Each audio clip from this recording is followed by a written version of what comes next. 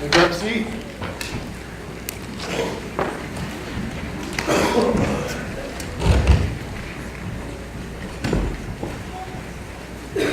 Good morning. And let's give the band a round of applause for leading us.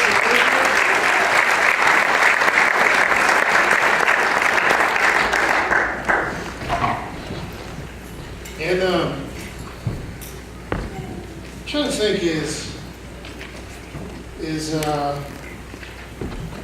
Bakersfield, how far is Bakersfield? 12 hours. 12 hours, 735 miles. 12 hours. How far is Santa Barbara from here? A lot of miles. Are you still there, John? No. Okay. Menlo Park? We came from Mexico. We have people from Mexico. So, thank you guys so much for making the drive. Oh, kids, sorry, kids, you're dismissed. Have a good day. Kids are like, we're going to have to listen to him for the next 30 minutes. If you have kids here with you, just invite you to send them back. Rebecca back there is waving her hand, and she'll take them. And they are in good hands. No, middle schoolers, get out of here. Get out of here. That's the thing, Donna. If I tell them to stay, they're going to be like all ticked off, little servants, and looking at me funny and acting like they have to use the bathroom like 20 times. Hey, my name is Jeff Utu, and I'm one of the pastors here at Water Church. And how many of you guys have a team left in the NCAA tournament? Your team is still in the tournament. Okay, all four of us in here are doing well. I got one more team, and it's Louisville. And that's all that I have. And in our family, we have a $10 grand prize. It's $10. I work for a church, it's not that much. But our kids get really, really competitive. And my 6-year-old, her name is Akila, and she's just like me. She's got a bad attitude, my mother says that she is exactly how I used to be when I was her age. And she has Syracuse still in the tournament. That's her only hope. She has Syracuse going all the way to win. And the only way that she's going to win the money is if Syracuse wins the whole national championship. And we talk about this every night, for the last week and a half when we go home. Louisville has a guard. Their point guard is a guy named Peyton Seaman. And he is actually from Seattle. And his dad had disappeared. Thank you so much. His dad had disappeared for about a week, and they couldn't find him. And his father struggles with addiction. And there's this cocaine house in the neighborhood. And when his father has disappeared before, he's been found at that house. So they come out of that house after a certain amount of days. And so Peyton was 13 years old when he wanted his father so bad that he got into his older brother's truck and he went to go look for his father. And he went to this crack house that his father had been found before, and he went in there and he knocked on the door and he just asked, is my dad here? And then a few minutes later, his dad came out of the house. And so here's this man, big man, huge, and eyes are just bloodshot red. And he comes out with a gun. And he looks at his son and he says, what are you doing here? And his son says, I need you. I need you right now to come with me. And so he gets into the truck with his dad. And his dad has this gun sitting on his lap. And his dad looks over to his son and he says, I'm ready for it to be done. I'm ready for it to be done. I'm ready to finish it right now. I'm ready to finish my whole life right now. And this is what Peyton says. He looks at his dad and he says, Dad, I need you in my life right now. And I cannot have you killing yourself because I want you and I need you in my life. And his dad was like, he doesn't know how to kick this habit. He's addicted to cocaine. He can't let it go. And then this is what Peyton says. Peyton says, here's what I'm going to do. I'm going to commit myself to school. I'm going to get the best grades that I can get. And then I'm going to play the best basketball I can play. And I'm going to bring a state championship to our high school. And then I want to go to college and I want to make money playing basketball. So he says, that's what I commit to you, Dad. I will turn everything around right now. With school, with sports, with hard work, I commit to turning it around right now. And he's telling his dad, and his father looked at him and he says, listen, I can do more too. And then his dad starts to tell him, this is what I commit to do. I want to do this for our family. And then his brother was involved in gangs. And then his brother, when it was time, started to speak into how he wanted to change his life. So, years later, it's this kid that got this start, this fresh start, because he was able to look into his father's eyes and say, I need you in my life. I can't go without you. And here's what I commit to do for us to have a fresh start. And then they play Duke today to get into the Final Four. And just a side note, he's Samoan, like me. I just didn't know if you knew that he's from Samoa, which was where I'm from, which is a nice little island in the South Pacific. Beautiful people and very, kind people. But here's this guy who was going down a certain road, his family was going down a certain road, and he was able to say, hey, here's what we need to do to start this thing again. Here's what we need to do to start fresh. And we commit to this work for us to start fresh. This morning, I want to talk about two people that were on this road after Jesus was crucified and after he rose from the dead. And, everyone kind of knows the whole outline of Easter. That the first day of Easter, the first Sunday, there were two women that went to the tomb, and they found that this huge stone was rolled away.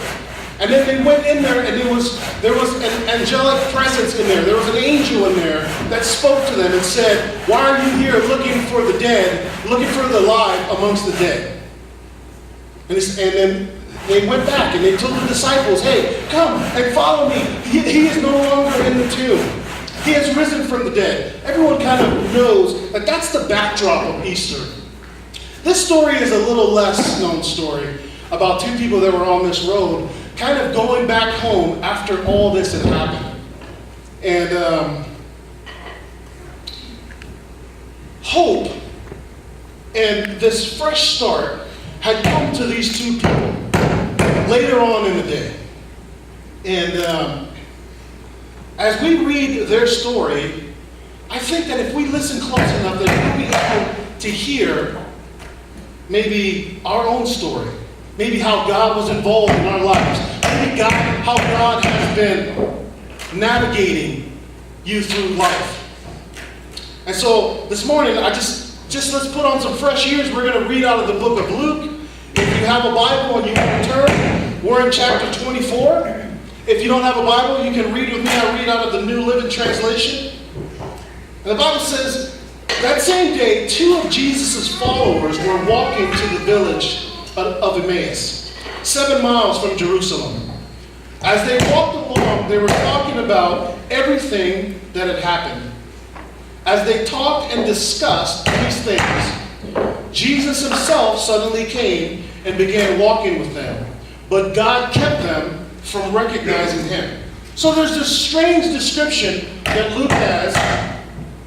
And these two people are walking, and they haven't been identified yet. But we'll see in the next couple of verses that one of the two is a man named Cleopas. Okay? And we see that they're in a deep discussion. Okay, they're in a deep discussion. And we know that later on in the book of John, when it talks about Jesus being crucified, it says that one of the women who were there was Mary, the wife of Cleopas. Okay? So they're walking and they're discussing this. And in the New International Version, it says that they were disputing what had happened. So they're in deep, heated conversation. And they don't even recognize that there's this man who's walking alongside them. And so we have the privilege, because we get to read about this story. We're alive today on Easter in 2013. We know that the man who was walking with them was Jesus, but they didn't know at the time. They did not know who was with them, or if they even recognized that there was someone behind them. He doesn't reveal himself, but it is Jesus who just died on the cross 3 days ago. And then Jesus says this. He asked them, "What are you discussing so intently as you walk along?" They stopped short, sadness written across their faces. Then one of them, Cleopas, replied, "You must be the only person in Jerusalem who hasn't heard about all the things that have happened here the last few days." So here's what's happening. The question stops them in their tracks. Okay? Because this guy who was walking with them comes up to them and says, "Hey, what are you guys discussing? Why are you guys so heated? Why are you in this discussion?" And the two stopped, and here they said, dude, don't you Facebook? Have you ever opened up your Yahoo page? Have you been able to read what's been happening here? Do you live under a rock? Why is it that everyone around here knows what has been happening, and you come up and you're asking what we're talking about? Now, Jesus could have been rude. He could have responded in a rude manner. He could have said, "Hey, listen, dude, I actually know what happened. I was there. And dude, I was in the tomb. And I got out of there too." Right? But he doesn't. This is what Jesus says. He says, "What things? What things?" Jesus asked. Then he told them. This is what they said. The things that happened to Jesus, the man from Nazareth, they said. He was a prophet who did powerful miracles, and he was a mighty teacher in the eyes of God and all the people. But our leading priests and other religious leaders handed him over to be condemned to death, and they crucified him. We had hoped. Listen to this. We had hoped he was the Messiah who had come to rescue Israel. This all happened 3 days ago. You hear what they're telling Jesus? They're saying, here is our story. Okay? This is our story. We crucified him. Our leaders, our priests, handed him over to the Romans because the Jews were not allowed to crucify people, to execute them. Only the Romans held that rule. And so our leaders took this man and handed him over to the Romans to be tried and then to be killed. And then the most sobering words from this couple of verses. We had hoped he was the Messiah who had come to rescue rescue Israel. You hear that? We had hoped. They're telling their story. They're telling, this is what we're doing. This is why we're doing this. And everyone comes in here with a story. My story, I grew up, I was born in Samoa, like I said, in the South Pacific. Basically untouched by the amenities that we have here in the U.S. Very beautiful though. Lived off of the land, lived off of the sea. Ate fish right out of the ocean. My grandma, until she was 86 years old, used to swim out to this reef right alongside the island with a spear and just catch octopus all day. And she would swim back, 80-something years old, swim back. I mean, I just imagine her like body surfing back, because there's waves coming back to the island, and she's just like, right, taking the tube, and just, I got 2 octopus. And that's what she did. And that's how she fed us. And then we lived off of taro root, which is this terrible thing, right? It doesn't even taste like anything. And coconuts. Off of the land. Off of the land. Off of the sea. From Samoa, we moved to Hawaii where my father joined the service. When we were in Hawaii, my father decided to leave our family. He left my mom with 7 kids. 7 kids to raise. And most of you guys know this because I talk about this a bunch, is in our culture, when there's a split, all the kids go with the mom. It doesn't matter whose fault it was.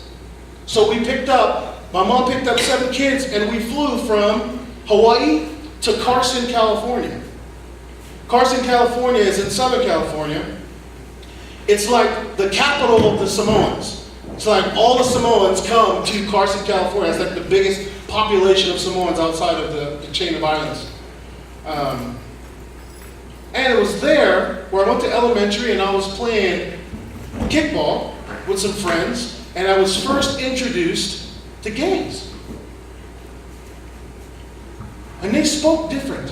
And they were cool. I remember 2 guys, they were from this Mexican gang in Carson called Barrio Carson 13, and they jumped the fence and they started walking across our playground. And I looked at them and I was like, man, those dudes look cool. You know, I was saying it to myself, those dudes look cool. They had the big pants, they had the big shirts, shaved heads. I mean, they just looked cool, right, to a small kid. And then when my mom finally, was able to get on her feet a little bit, she then moved all our family from Carson, California to Compton, California, which is a small, nice suburban area in Los Angeles.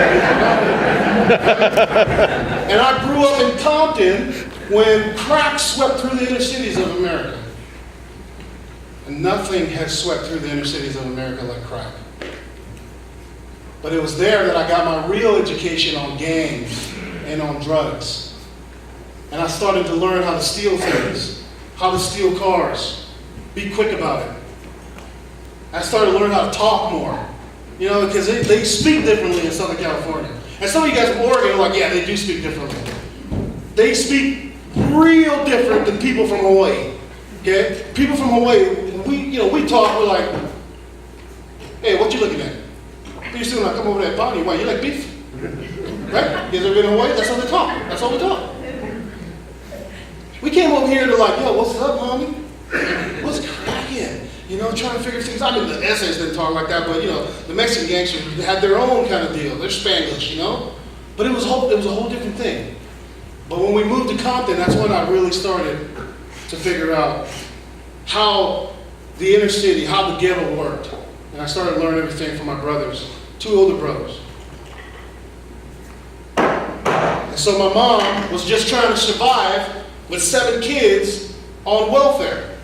Just trying to stay on her feet. I took my wife back to our house that we grew up in Compton, and she was like, is there another part of it? Is that it? Yeah, that's it. 2 bedrooms, 1 bathroom, 8 people.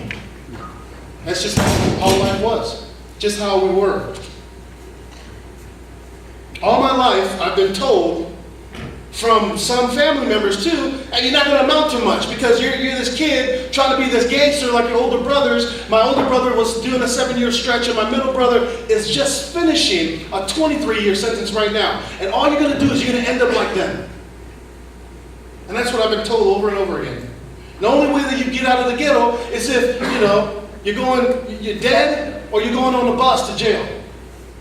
You play good basketball like Tyson Chandler, or Cedric Ceballos or Tayshaun Prince. Those guys came out of Compton. Or you rapped. You were good like Eazy-E, DJ Quick, right? Y'all heard of Eazy-E, DJ Quick. Make a face at me or something. Don't make it feel like I'm the only one that's ever heard of them. I just grew up with them, right? Or you had to play good tennis like the Williams sisters. You see I'm trying to name drop? I'm just trying to let y'all know, there's some things that came out of Compton. But the real troublemakers, they end up pastoring churches. Those are the real troublemakers. But that's my story. That's my story. We all come in here this morning with a story. And if you live long enough, you will know the power of these words. We had hoped. We had hoped. We had hoped to start this family. We had hoped to start this adventurous life together when we got married. We had hoped that we were going to buy this house and we were going to live in this house forever and raise our kids. But then the doctor said this. But then this report came back. We had been hoping that we were going to have this dream that we put together when we first got together and everything was going wonderful. And then I lost the job. And then I started to feel like a failure and I started to struggle with that. I've been hoping that things were going to turn out one way. But man, this habit that I've gotten into, I just can't shake it. We've been hoping, and then our kid decided to do this with his or her life, and we've been separated ever since. But we had hoped.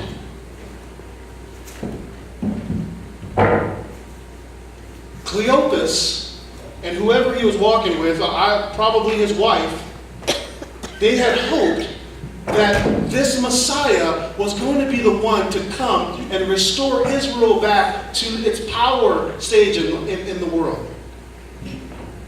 When I preach, I try to get us to see, let's truly put ourselves into the shoes of the people that the text is being written about. Let's try to be in the narrative and put ourselves in their situation. And Cleopas and all of the Jews at this time were probably living in fear because they had hoped for one thing and it just didn't come through. The Messiah that they thought was coming to put Israel back on the map had just been killed. And now they're stuck going back to their lives because they had this hope and it didn't come through. And their story, the story of the Jews, is they've been in captivity back in long ago. The Egyptians captured them and made them slaves. And then Moses came along and led them out into the desert. And then they split the kingdoms. They had the northern tribes of Israel and the southern tribes of Israel. And then all these people groups come and conquer them. The Assyrians come and conquer them. The Babylonians come and conquer them. And now they're under Roman rule. And so here is this group of people, and they had all this hope in this Jesus, that this Messiah would come and change everything and give them the new start that they needed. But this guy is crucified. He's killed. And so what do? What do we all do? When our hope is gone, when we're bummed about something, when things aren't working out the way that we thought they would work out, we go back to what feels most comfortable. We go back to what feels the safest. And here are these two, they're back on this road and they're headed back home because it's gone. It's done. The guy that we thought was going to bring it all together is dead. And then verse 25, it says this. Then Jesus said to them, "You foolish people, you find it so hard to believe all that the prophets wrote in the scriptures. Wasn't it clearly predicted that the Messiah would have to suffer all these things before entering his glory?" Then Jesus took them through the writings of Moses and all the prophets, explaining from all the scriptures the things concerning himself. Now here's this couple, they're just walking away. They're going back to what they know best. Returning to their regular lives, right? Because that seems like the only option left. Because everything that they had believed had now been done. But Jesus doesn't give up on them. You guys have that story? You have a story like that? Where it's like you walked away and you felt like it wasn't working out, and then you just said, I'm going to go back to my own life and do my own thing. And then Jesus comes and still pursues still pursues you. To give you that hope. To give you that hope of a fresh start. You're here this morning because maybe your story needs a fresh start.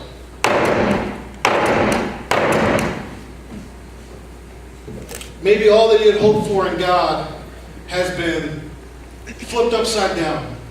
And it's been plagued with doubts and sin. And we were just talking about this last night with some family. At the core of sin, the thing that it does is it separates. At the core of sin, it separates you from God, from your relationships, from each other. It just separates you from your own reality. And maybe you're here this morning because you've been separated from God. Maybe you've been separated from your support group, which is the church. And what happens is, and we love to talk about this at Water Church, is the reality of what happens when you get pulled away from God and from the church. Because you get pulled away and then you start to hear these whispers like, God will never take you back. I mean, why would he continue to come after you? He won't accept you the way that you are. And those lies that I believe come from the pit of hell will pull you further and further away from God.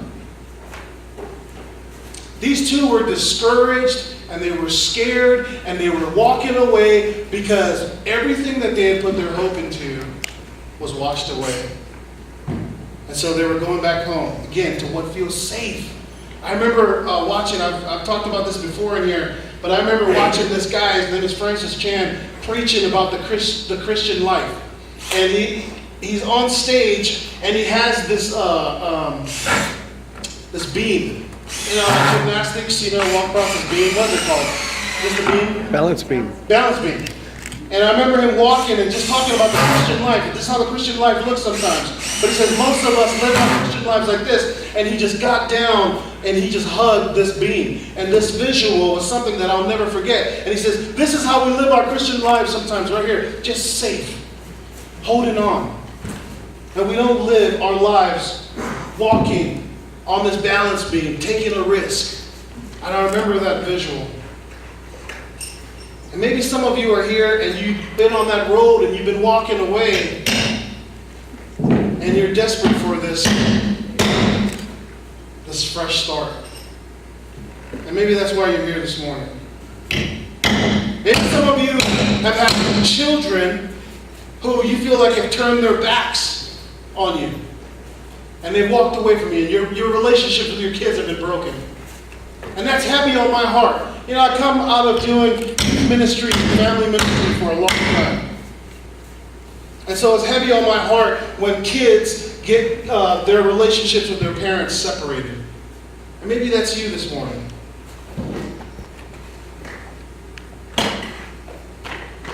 God sent his son Jesus to die on the cross to restore a relationship with him.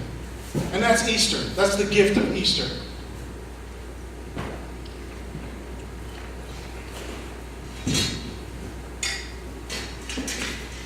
I'm not a perfect man. And if you come to our church long enough, you will hear that I am not a perfect man. And there have been times in my Christian walk where I've doubted and I've walked away from the Lord. And I just said, you know what? This is not what I thought that it would be.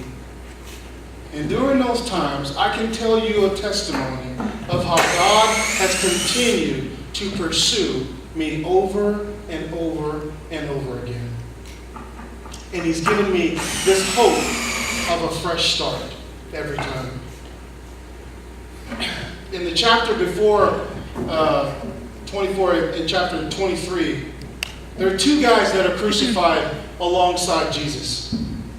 It says in chapter 23, verse 40, it says, "But the other criminal protested, 'Don't you fear God even when you have been sentenced to die?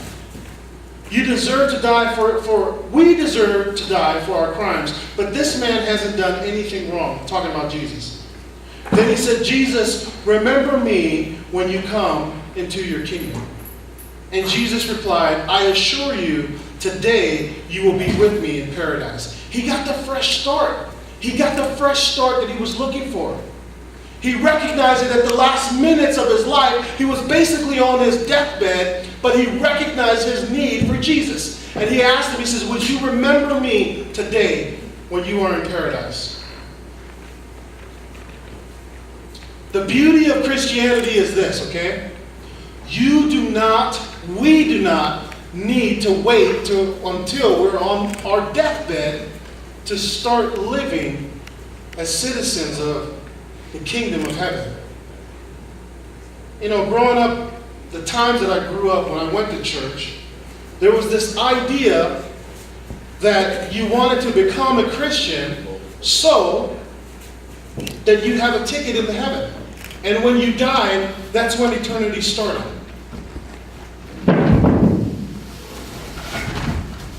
And that's the idea that we get as Christians. We're like, eternity starts when we die, but here's the deal. It actually starts right now. Eternity is something that's happening right now.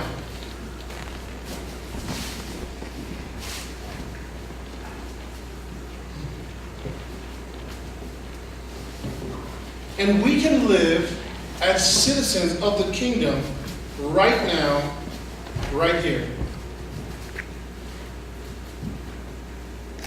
The old will pass away, and the new will come. It doesn't matter what you've done. It doesn't matter if you turn your back on Him. It doesn't matter if you've completely walked away from God. You ever say to yourself, anybody in here ever say to yourself, I just do not see God taking me back. The things that I've done are just so dirty. And you feel that way. You feel that in your heart, like there's no way that He would ever take me back.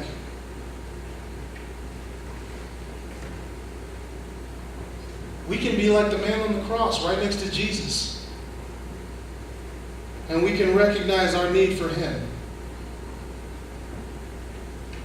And it doesn't matter if you're like the disciples who went back to their professions because that was the most comfortable thing. It doesn't matter if you and your wife or you and your friend are on the road going away from God because everything that you had hoped for was now gone and you now doubt and you now say it's no longer there. It doesn't matter.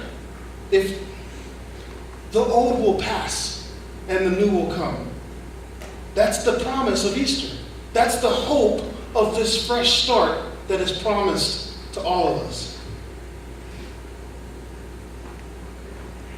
And the Bible gives true accounts of the followers of Jesus. And you know, most of the disciples weren't even there when He was crucified. They walked away. They were scared. We all know Peter denied Jesus 3 times before the rooster crowed.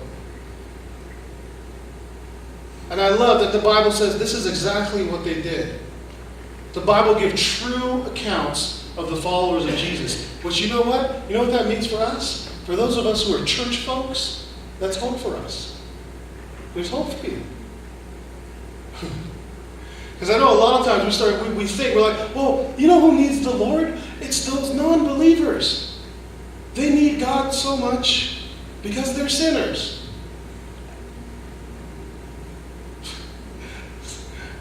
I remember sitting in one of my old students, Johnny, is here, and I remember sitting in a training with his dad, and his dad said, you know what? Christians burn up more grace than any people group in this world. You know what that means? That means that there's hope for us church folks too. There's hope for us.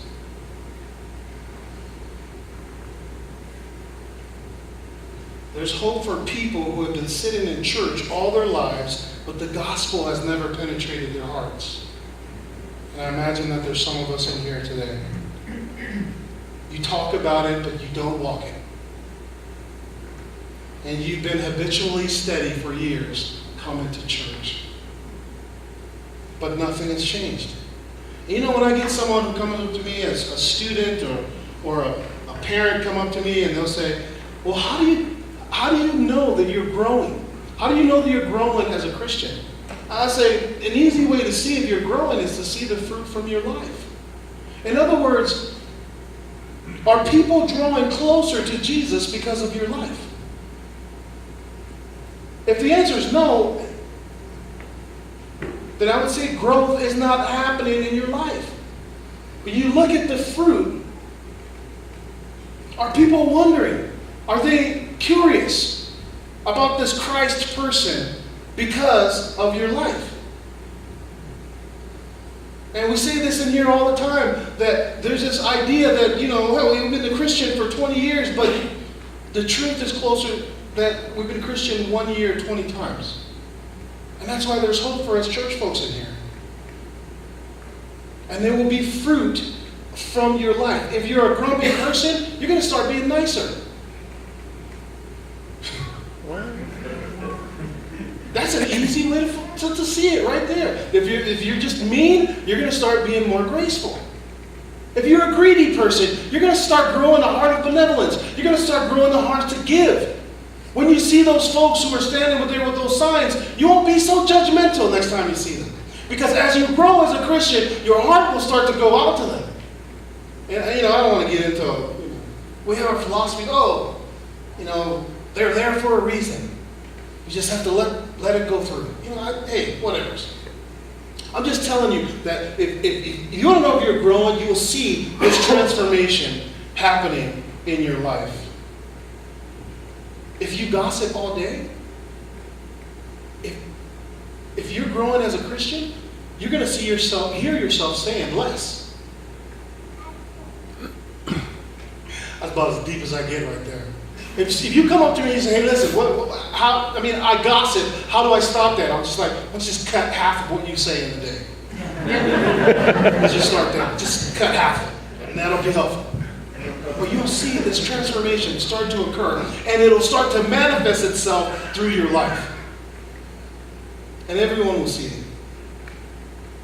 And if there's no music in your life, and you're just bummed and drained all the time, you feel like you're lost, you're so lost, you still have to be able to dance. For those of us parents in here, we all know Dora the Explorer. When my daughter, when Miley, our 12-year-old, was young, whatever we were doing, if Dora was on and we were doing something, building something in the living room there, when at the end of this cartoon, there's a part where her and Boots get together and they say,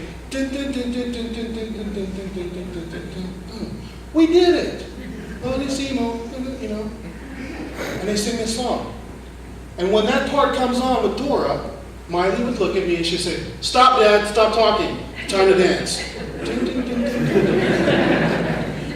And if I wasn't dancing, she'd look back and she's like, get up and dance. You know what she used to teach me? She taught me that it didn't matter what was going on. When it was time to dance, you just needed to dance. And there are times where you feel like there's no music and there's nothing to be cheerful about and there's nothing to smile about. You know what? As you grow as a Christian, you will start to see that there are just times where you just have to dance and you just have to worship and you just have to say, God, I don't understand why this is happening, but you say to give you praise when stuff like this goes on. And it doesn't add up, but I trust you. You can be made new today. One of the things that I said last week is that the American church almost pushes you to be untruthful. For those of you guys who are visiting us today, I can imagine maybe that's how you feel. Maybe you haven't been to church. Maybe this is your second stop at church for the whole year. Maybe you don't feel like you should be at church because it almost pushes you to be untruthful. You know what I mean by that? This is what I mean by that. We're taught in the American church here in North America that when you come to church, you put on your Sunday's best, you put on your Sunday smile, and it doesn't matter what's happening in your life, You and your wife or your husband could be looking at a divorce. You still come and you put a smile on because we're so blessed. And my wife and I, we never fight. And our kids memorize Bible verses every morning. And they lead their friends to Jesus. Nothing's wrong.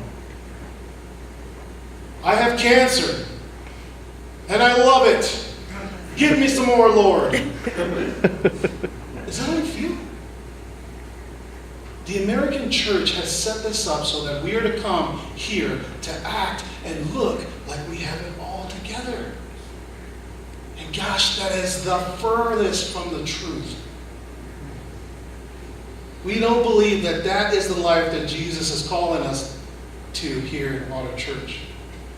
We're a group of people who are calling each other to be in genuine community with each other. We want to be as close to an AA meeting as we can be in here. You know what? You know the power in AA? The power in AA is they start right there on the ground and they say, we are all addicts. And the welcome is this. Hi, I'm Jeff. I'm an alcoholic. And then everyone else says, hey, Jeff. That's where they start.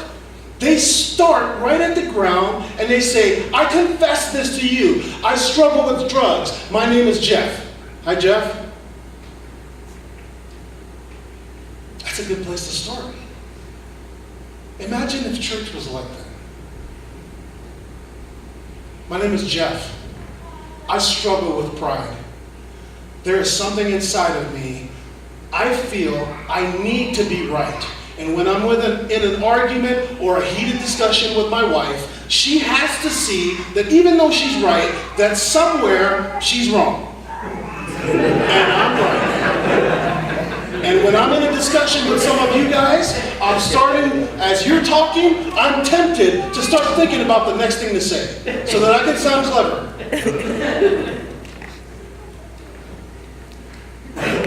Hi, I'm Charlie. I struggle with greed. Hey, I'm Russell. I struggle with wanting to be more successful than following Jesus. Hi, I'm Joan. I judge everyone that I see. Hey, I'm Bob. I struggle with pornography. I can't shake it. It's been years, and it's the crutch that I go to.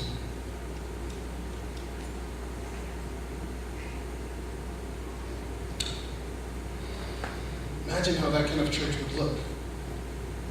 That's the kind of church that Jesus came to set up. Despite what we have learned here in the American church.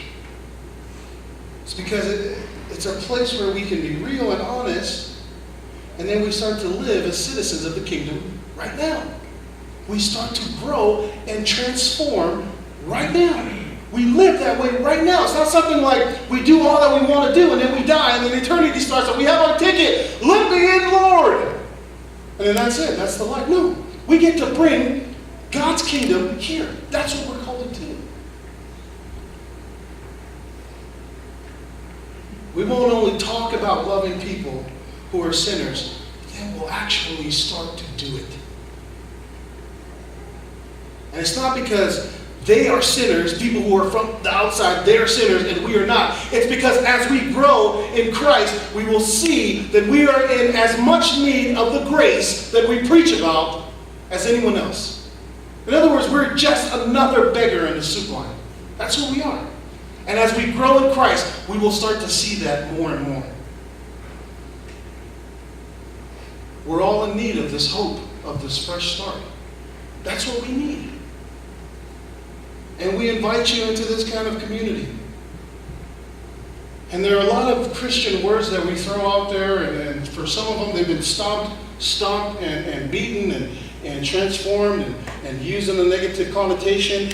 And when I say the word ritual to you, some of you guys are thinking right away, oh my gosh, there's like a demonic thing that I read about, and they were doing all these rituals, and you know, it was just this weird thing. Or others in here may say, oh, well, you know, there's this religious ceremony that we used to do as children, and that's the ritual. I want to restore a little bit of the power of this thing called ritual.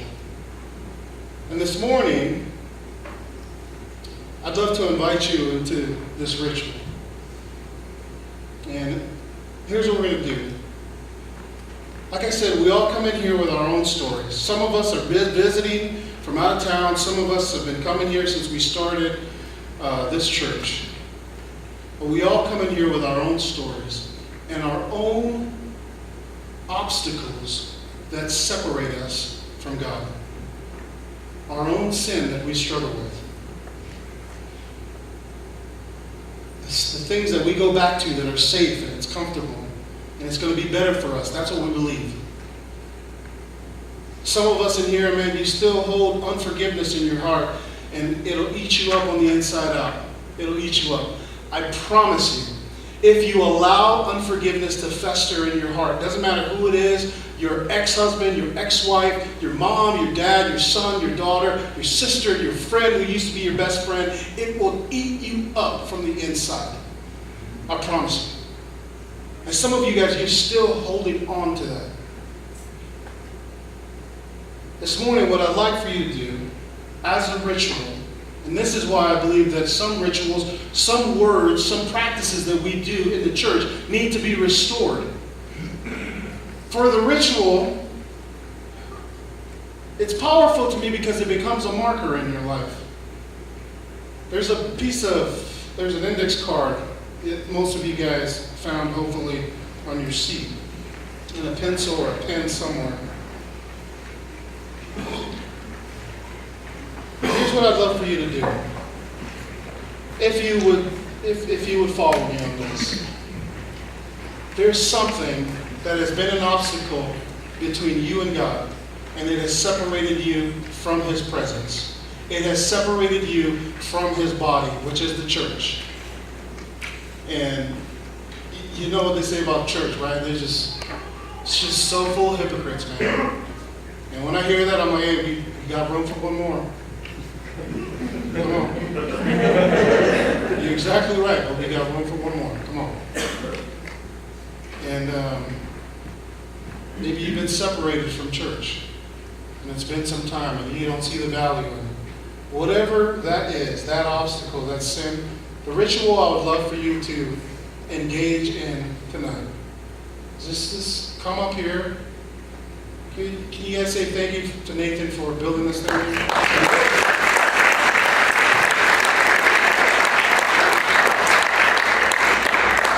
If you would dare, with me, I'd love for you to just write that thing down, whatever it is. Whatever it is on that piece of paper. And then we're going to do some worship here this morning. That's how we're going to end. And I'd love for you to just come up here. You can either throw it down here at the cross, or you can take one of these nails and one of these hammers and hammer it to the cross. And this ritual will become a visual for you, and you will remember it. And it'll be something that you can visit every year. It's a marker for you. I remember back at that Easter when the fat, bald Samoan dude was up front. He was up there preaching about it. And I remember I wrote down this sin, this obstacle that I put between me and the Lord that separated me from God. And I walked up front and I threw it there on the ground because that's where it belongs. I nailed it on the cross because I don't need to carry it anymore. And this will be your day. Hope for a fresh start. It's yours today. And if you would dare to do this with me, I invite you to do that. It doesn't matter if you've been a Christian all your life, or you're here because someone tricked you and guilted you into coming to church with them, or you were here because you heard Danny's pancakes are nice and round and he was going to be cooking them this morning. Maybe you came here looking for God. And you're just thinking, you know what? This can be a marker for me. I'm going to start today my road back to God. The road to Emmaus. I'm going to turn around on that road and I'm going to start coming back to God. Maybe that's you this morning. Maybe some of you have been in church for years, like I said. Maybe you're visiting family from out of town. Wherever you're at on the spiritual spectrum, wherever you're at, if you want a fresh start, this morning it is afforded to you. You know what Easter is? He has risen. He has risen indeed. It's the promise and the hope of a fresh start. You get to have it this morning. You don't have to go on the cross anymore. Jesus already paid the price. I was telling people who were here on Good Friday, I was saying that our kids and our family, we got together before we came, we had this short devotional, and my daughter just said, why is it Good Friday? I mean, that's just opposite, isn't it? Jesus was crucified on this cross. Why is it Good Friday? And I told her, I said, it's Good Friday because it's good for us because he has paid the price that we could never pay. In other words, the tab has been picked up, baby. It's paid for. It's all good. You can eat and just walk out because it's been picked up already.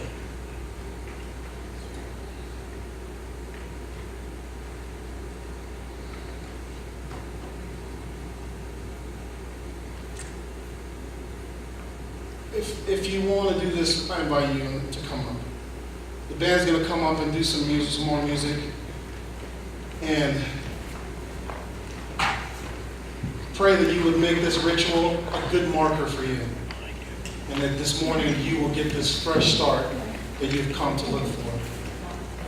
And this is an invitation to you guys who do not believe and to you guys who do believe.